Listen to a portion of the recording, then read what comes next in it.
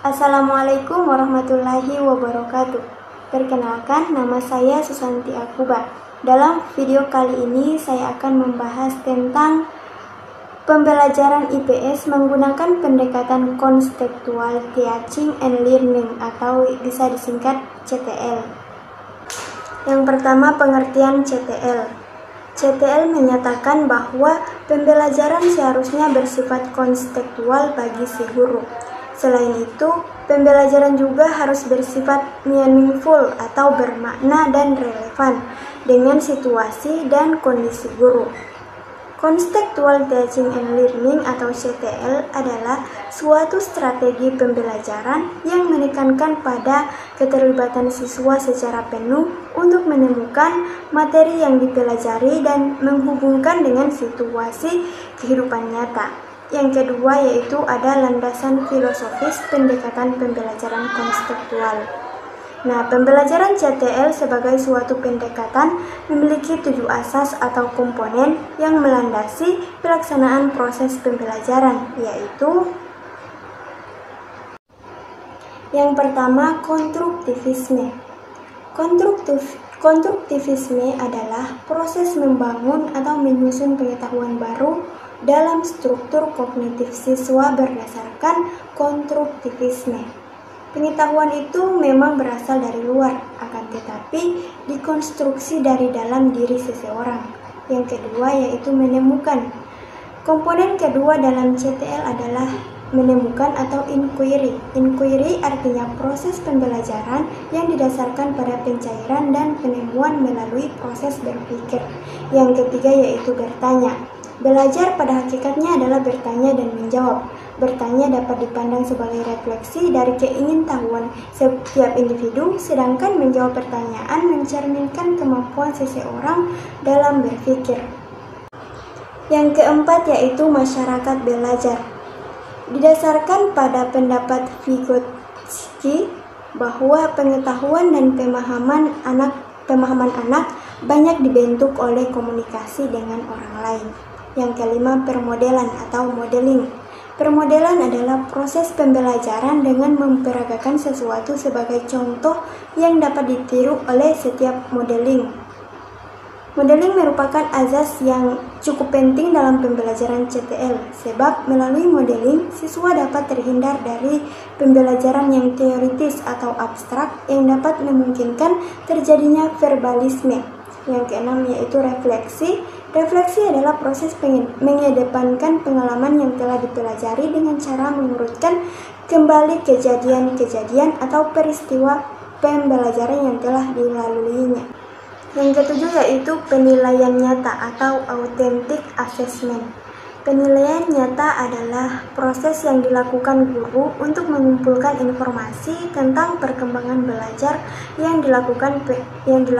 Penilaian ini diperlukan untuk mengetahui apakah siswa benar-benar belajar atau tidak. Apakah pengalaman belajar siswa memiliki pengaruh yang positif terhadap perkembangan baik intelektual ataupun mental siswa. Yang berikut karakteristik pembelajaran CTL. Pendekatan CTL adalah suatu metode pendidikan yang menekankan pentingnya menghubungkan materi pelajaran dengan konteks kehidupan sehari-hari siswa. Berikut adalah karakteristik utama pendekatan CTL. Yang pertama, kontekstualisasi materi, yaitu CTL menekankan pengajaran yang relevan dengan kehidupan sehari-hari siswa. Yang kedua, pengalaman aktif. CTL mendorong siswa untuk terlibat secara aktif dalam pembelajaran. Yang ketiga, kolaborasi. CTL mendorong kolaborasi antar siswa. Yang keempat, berpikir kritis dalam berpikir. Nah, pendekatan CTL merangsang kemampuan berpikir kritis siswa. Yang kelima, pembelajaran berbasis masalah. CTL menggunakan masalah atau tantangan kehidupan nyata sebagai titik awal untuk pembelajaran. Yang keenam yaitu pembelajaran siswa sentris, yaitu CTL menghargai keunikan dan kebutuhan setiap siswa. Yang terakhir, penggunaan teknologi. CTL mengintegrasikan teknologi sebagai alat pembelajaran yang dapat meningkatkan akses ke informasi, memfasilitasi komunikasi, dan mendukung pembelajaran interaktif. Yang berikut implementasi pendekatan CTL dalam pembelajaran IPS. Langkah-langkah implementasi CTL dalam pembelajaran IPS antara lain: yang pertama, identifikasi konteks siswa, yaitu kenali latar belakang, minat, dan pengalaman siswa. Identifikasi isu-isu sosial atau masalah lokal yang relevan dengan mata pelajaran IPS. Yang kedua, perencanaan pembelajaran. Rancangan pembelajaran yang mengintegrasikan konsep-konsep IPS dengan masalah-masalah dunia nyata yang relevan dengan siswa. Yang ketiga, aktivitas pembelajaran, yaitu ajak siswa untuk mengidentifikasi dan menganalisis isu-isu sosial yang ada dalam konteks pembelajaran.